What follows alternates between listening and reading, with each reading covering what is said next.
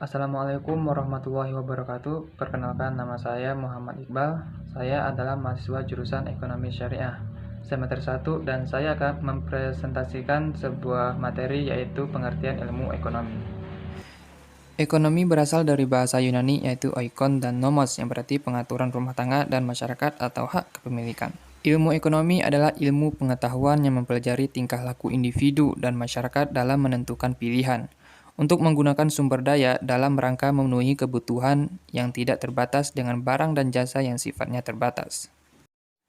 Di dalam ilmu ekonomi dibagi menjadi dua, yaitu ekonomi konvensional dan ekonomi syariah. Ekonomi syariah dibuat dan berkembang berdasarkan ketentuan dalam agama Islam. Berbeda dengan ekonomi konvensional, dalam ekonomi konvensional Anda akan menemukan adanya bunga, sementara ekonomi syariah hanya mengenal prinsip hasil dan bukan bunga.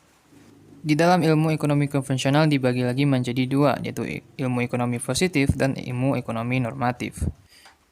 Ilmu ekonomi positif adalah ilmu ekonomi yang menerangkan masalah-masalah ekonomi dalam rangkaian sebab akibat untuk menjawab apa, bagaimana, untuk siapa, di mana, atau kapan barang atau jasa itu akan diproduksi. Sebenarnya apa yang akan kita produksi? Penentuan terhadap suatu barang maupun jasa yang akan diproduksi, misalnya memproduksi gula, tahu, atau alat mesin. Bagaimana cara memproduksi? Permasalahan ini merupakan bagaimana cara produsen memproduksi dan menghasilkan barang maupun jasa dalam proses pembuatan. Untuk siapa barang yang akan kita produksi? Permasalahan ini terletak untuk kepada memasarkan dan menyalurkan barang kepada konsumen. Ilmu ekonomi normatif adalah ilmu ekonomi yang berhubungan dengan nilai etik atau menilai baik dan buruknya, benar atau salah, ilmu ekonomi tentang memilih yang baik atau yang seharusnya yang kita pilih. Ilmu ekonomi mulai dibicarakan sejak zaman Pisiokrates dan zaman merkantilisme hingga saat ini. Munculnya ilmu ekonomi diawali oleh Quincy pada tahun 1758 dan zaman merkantilisme pada abad 17 dan 18. Ekonomi sudah dikenal sejak Aristoteles berkuasa di Yunani, tetapi secara teoritis mulai dipelajari sejak terbitnya buku Adam Smith tahun 1776.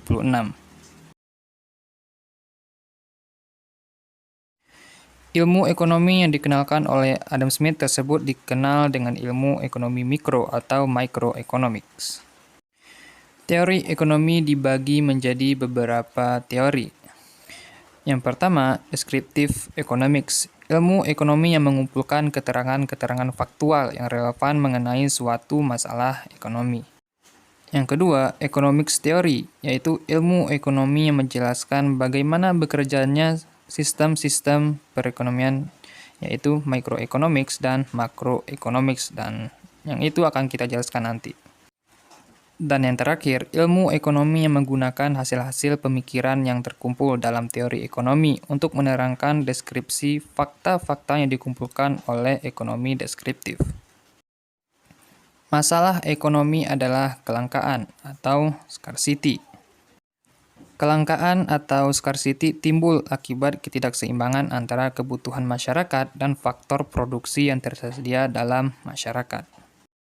Kebutuhan masyarakat adalah barang atau barang ekonomi, barang konsumsi, barang modal, barang akhir atau final goods, atau barang setengah jadi. Ilmu ekonomi dibagi menjadi dua, yaitu ilmu ekonomi mikro dan ilmu ekonomi makro. Ilmu ekonomi mikro adalah ilmu menganalisis apa, bagaimana, untuk siapa, di mana, dan kapan barang dan jasa itu akan diproduksi.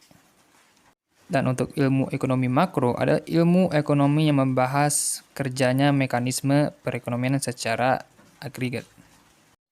Dari dua ilmu ekonomi tersebut mempunyai masalah jangka pendek dan masalah jangka panjangnya.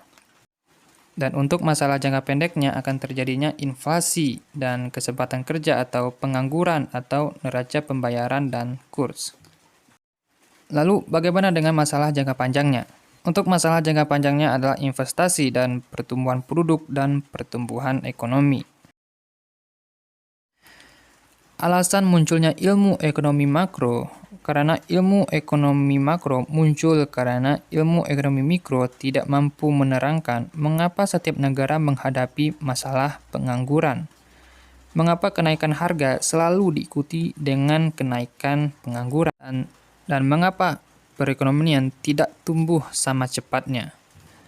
Dan yang terakhir, mengapa perekonomian tidak stabil?